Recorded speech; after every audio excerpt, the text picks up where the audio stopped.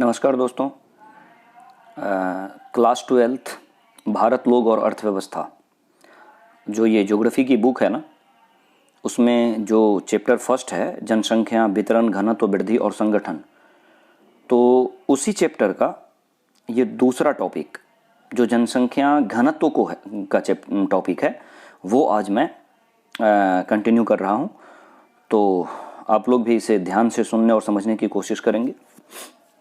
तो चलिए, जनसंख्या घनत्व, जैसा कि जो इंट्रोडक्शन टॉपिक था उसमें मैं बता रहा था, तो उसमें बताया था कि जनसंख्या घनत्व जो होता है ना, वो 1 स्क्वायर किलोमीटर में कितने लोग रह रहे हैं, यानी 1 वर्ग किलोमीटर में कितने लोग रह रहे हैं, उसे क्या कहते हैं, हम जनसंख्या घनत्व कहते हैं।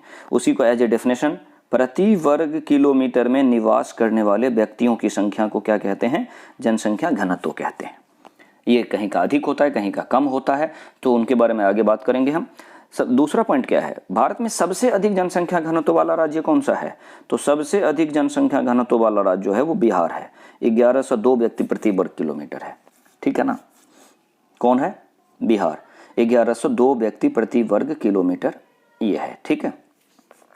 और भारत का सबसे कम जनसंख्या घनत्व वाला राज्य, ये 13 यहाँ पर गलत है, 17 कहाँ का है? अरुणाचल प्रदेश का।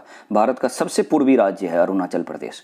अरुणाचल प्रदेश, जब भारत की मैप को, भारत के मानचित्र को देखेंगे आप, तो उसमें अरुणाचल प्रदेश भारत का सबसे पूर्वी राज्य है और वहाँ का जनसंख्या घनत्व बहुत सबसे कम है, सबसे कम 17% पर स्क्वायर किलोमीटर, यानी 17 व्यक्ति प्रति वर्ग किलोमीटर है। क्लियर ना।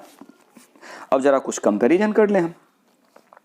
तो सन 1951 में भारत की जो जनसंख्या घनत्व थी वो 117 व्यक्ति प्रति वर्ग किलोमीटर थी, जो वर्तमान में 2011 के अनुसार 382 व्यक्ति प्रति वर्ग किलोमीटर है। यानी अगर मैं सेंसस 2011 की बात करूं तो इस समय कौन है, मतलब कितना है, 382 व्यक्ति प्रति वर्ग किलोमीटर है, ठीक है ना।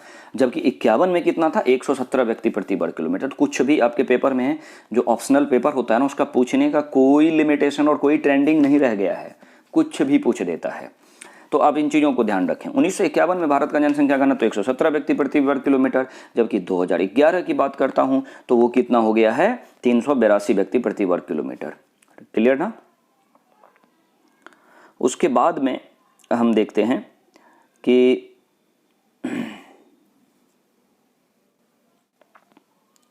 यहाँ पर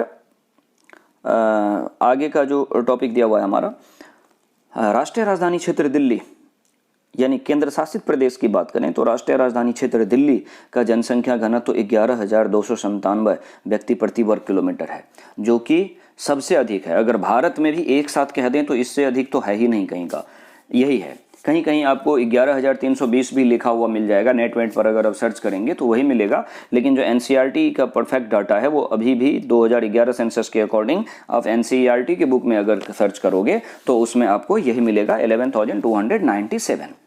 चलिए, 2011 के अनुसार जनसंख्या घनत्व में बिहार के बाद पश्चिम बंगाल का स्थान आता है, ठीक है, जो पश्चिम बंगाल 2001 के सेंसस के अकॉर्डिंग पहले नंबर पर था, जहां का जनसंख्या घनत्व 229 व्यक्ति प्रति वर्ग किलोमीटर है। तो कभी कभी ये पूछ देगा आपको कि जनसंख्या घनत्व में दूसरे नंबर पर कौन आता है, तो दूसरे नंबर पर कौन आ जाता है, पश्चिम बंगाल आ जाता है। कौन आ जाता है जनसंख्या घनत्व में दूसरे नंबर पर?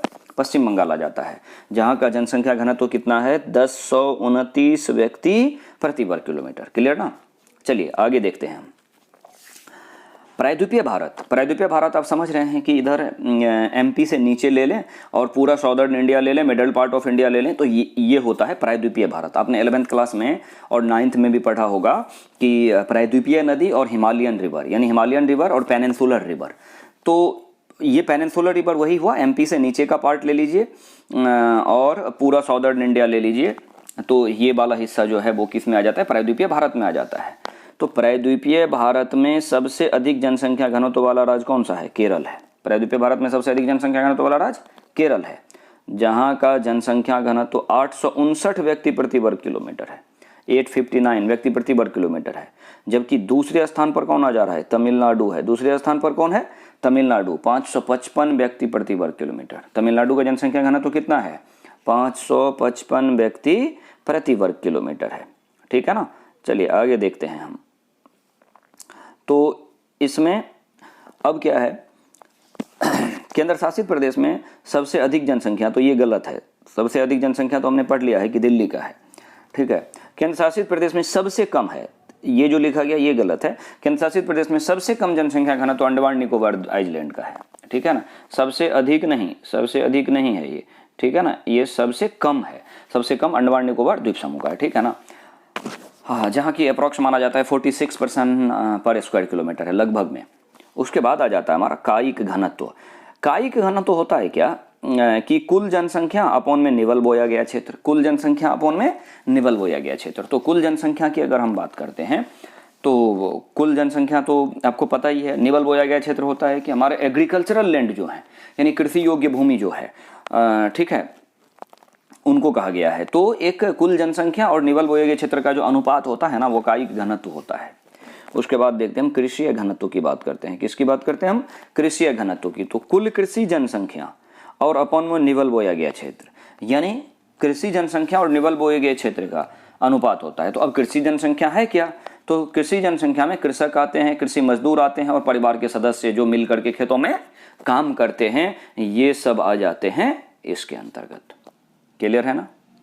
ठीक है, तो ये जनसंख्या घनत्व का हमारा टॉपिक है, ठीक है। और जस्ट आगे का टॉपिक हमारा जनसंख्या वृद्धि का होगा, जो कि नेक्स्ट वीडियो में मैं कंटिन्यू करूंगा। मैं हमेशा ध्यान रख रहा हूं कि मैं छोटा वीडियो बनाने की कोशिश कर रहा हूं, ठीक है, जो कि आपको समझने में भी आसान हो, ठीक है, और इजीली उन चीज़ों को आप समझ भी सकते हैं। तो आज के क्लास में इतना ही। Thank you.